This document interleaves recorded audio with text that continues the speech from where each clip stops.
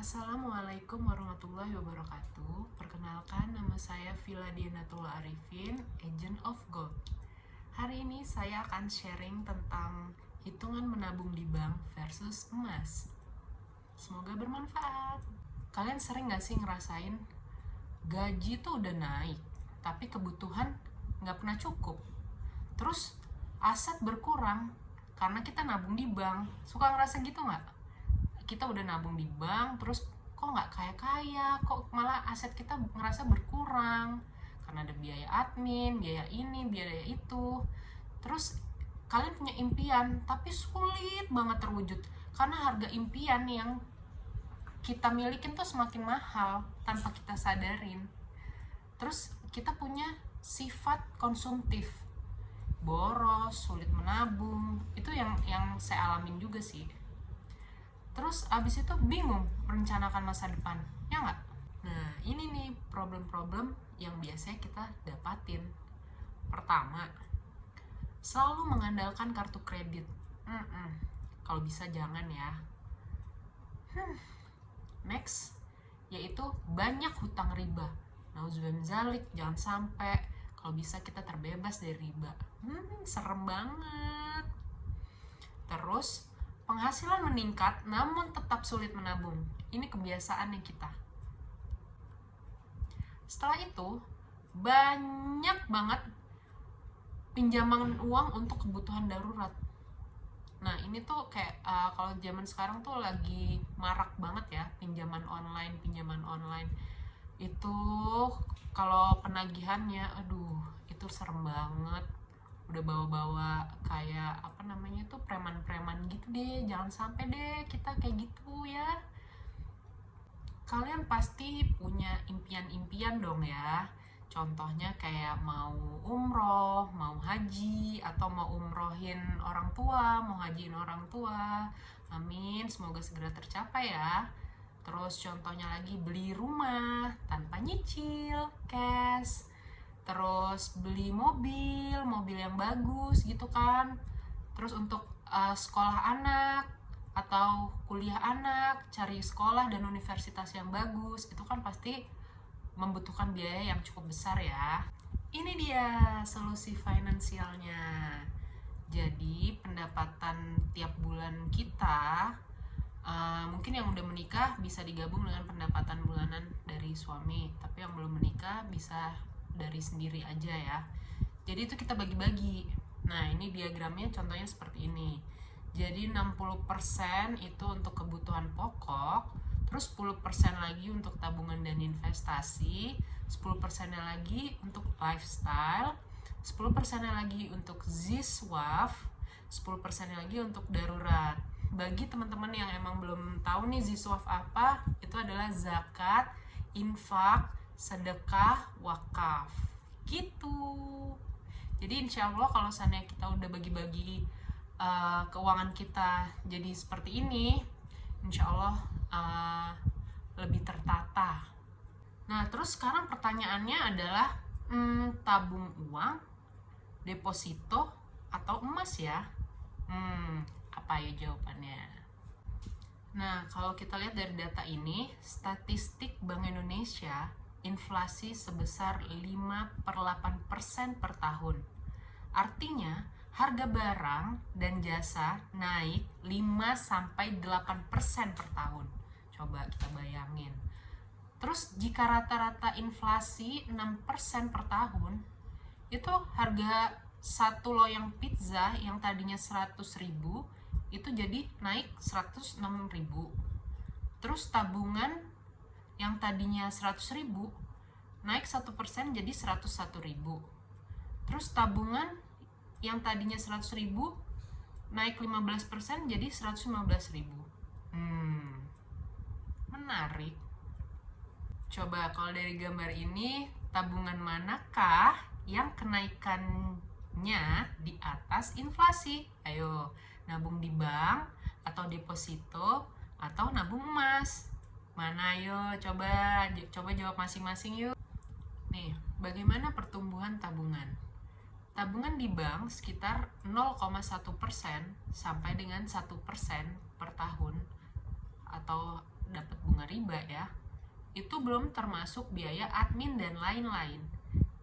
Kebijakan bunga bank, tabungan rupiah 0 sampai dengan 1 juta rupiah itu bunganya 0,00% per tahun. Sedangkan tabungan 1 juta sampai dengan 50 juta itu bunganya 0,90% per tahun. Tabungan 50 juta sampai dengan 500 juta itu bunganya 1,05% per tahun. Sedangkan tabungan 500 juta sampai 1 miliar bunga 1,30% per tahun. Sedangkan tabungan lebih dari 1 miliar itu bunganya 2% aja per tahun. Jadi menabung uang di bank kenaikannya di bawah inflasi. Rugi apa? Untung. Ayo. Sekarang bagaimana pertumbuhan deposito? Coba kita simulasiin ya. Di sini ada 1 miliar di tahun 2007. Yang satu kita depositoin, yang satu lagi kita konversi ke emas 5 kg. Coba kita lihat yang di deposito dulu ya. Yang di deposito di bank, kita dapat bunga maksimal 10% per tahun dan bunga berbunga rollover. Di tahun 2012, udah berkembang dong ya, uangnya menjadi 1,64 miliar. Terus kita lihat lagi nih, yang di emas 5 kg. Di tahun 2012, harga emas per gramnya itu 550.000. Jadi, uang yang tadinya 1 miliar di tahun 2007, karena dikonversikan ke emas 5 kg, dan di tahun 2012 jadi 2,75 miliar. Coba bayangin, kalau kita deposito di bank, hilang 1 miliar. Dibandingkan dengan kita konversi nabung ke emas. Jadi tunggu apa lagi? Ayo nabung emas. Nah, di sini bagaimana pertumbuhan deposito? Ini contohnya ya.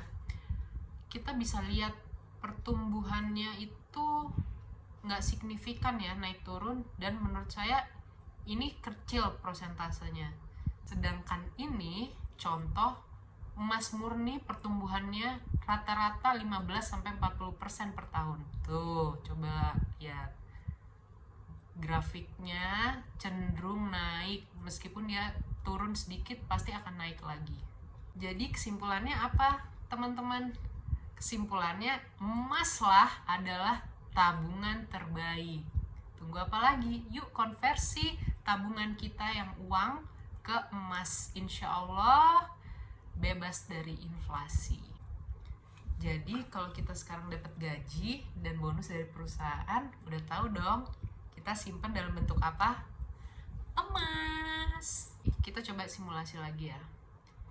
Ini ada 2 orang yang sama-sama punya gaji dan bonus itu totalnya 15 juta di bulan April 2017. Yang satu simpan di bank, yang satu lagi dikonversi ke emas. Di Agustus 2020 yang nyimpen di bank itu dari 15 juta jadi 14,9 juta karena ada potongan biaya admin, biaya yang lain-lain ya. Tadi kan saya udah jelasin. Terus yang satu lagi yang tadinya uangnya dikonversi ke emas itu dapat 26,7 gram. Dan di tahun yang sama, Agustus 2020, itu uangnya menjadi 28 juta. Coba, kalian mau yang mana? Choose wisely. Nah, ini tabel perbandingan menabung uang di bank dan emas. Saya bacain menabung di bank dulu ya. 1. Terdampak inflasi dan dana sulit berkembang. 2. Bunga tabungan rendah atau riba. 3. Dibebankan biaya admin. 4. Dikenakan biaya pajak setiap bulan. 5. Adanya limitasi dan aturan bank. 6. Ketika ada gangguan sistem, uang tidak bisa ditarik atau ada potensi hilang. Nah, sedangkan kalau kita simpan emas, 1. Anti inflasi dan nilainya cenderung naik setiap tahunnya. 2. Tentunya anti riba. 3. Tanpa biaya penyimpanan. 4. Tidak kena pajak setiap bulan. 5. Anda sendiri sebagai pengelolanya atau aset freedom. 6. Mudah dicairkan atau likuiditas. Jadi, bagaimana cara agar dapat terhindar dari jebakan inflasi dan mendapatkan semua manfaat emas? 1. Membuat alokasi dana ideal. 2. Menetapkan impian yang dihitung dengan emas. 3. Konversikan simpanan jangka panjang Anda menjadi emas. Cukup sekian dari saya. Assalamualaikum warahmatullahi wabarakatuh.